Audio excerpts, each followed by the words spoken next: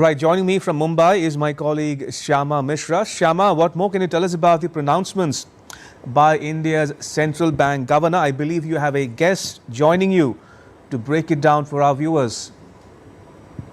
Yes, Ramesh, rightly said that this is the 8th consecutive time when Reserve Bank of India has not made any changes and it is staying on status quo at 6.5%. And this was largely on expected lines. We are also seeing an upward revision in the GDP forecast for the FY25, which is a good sign from here because we were expecting that there'll be changes in the upward side because recently we have gotten the data of GDP and it is up, it's more than 8%. So it's a good sign. You have mentioned that we have the guest. So we have Sanjaya Mariwala. He is the president-elect of IMC Chamber of Commerce and Industry. He has a view which is different than most of the experts expected. So what's your initial reaction? And as we already mentioning that your expectation was something different.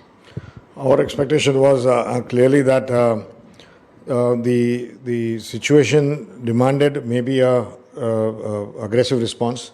I think there is an opportunity that we could have lowered the interest rates and signaled to the world that the economy is doing well, our GDP is growing. The monsoon appears to be reasonably good and on target.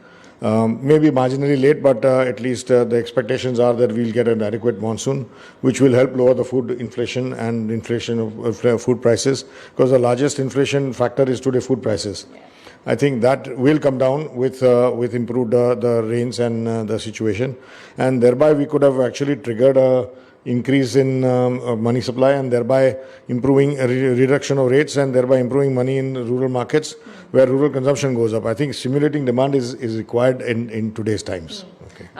We have already seen that, two of the Monetary Policy Committee members were of the view that there should be a rate cut. And you are also saying that, the RBI committee should have been more aggressive, given the fact that they have upward projected the projection of GDP. What do you make of this GDP? And we also got the recent data, which is above 8%. So how do you see the economic of India and, where are we going now? I think we are moving in the right direction. The investments are up. Private sector investment is also inching up again. I think that will increase capacities and ability to grow and expand our companies and industry. I think in manufacturing is receiving a focus. The tax collections are good. The dividends that RBI has declared are also excellent. This gives enough money to the government to spend on infrastructure and other industries of essential nature, and this will give the private sector also a boost to put in more capital and capex in the ground, which means that GDP growth rate will continue, and I think the next year could only be better. Okay. Lastly, if not this time around, when do you expect the rate cuts would start to begin? We believe that perhaps the RBI was a bit concerned about the oil prices, as well as it's still too early. The government is not yet fully formed.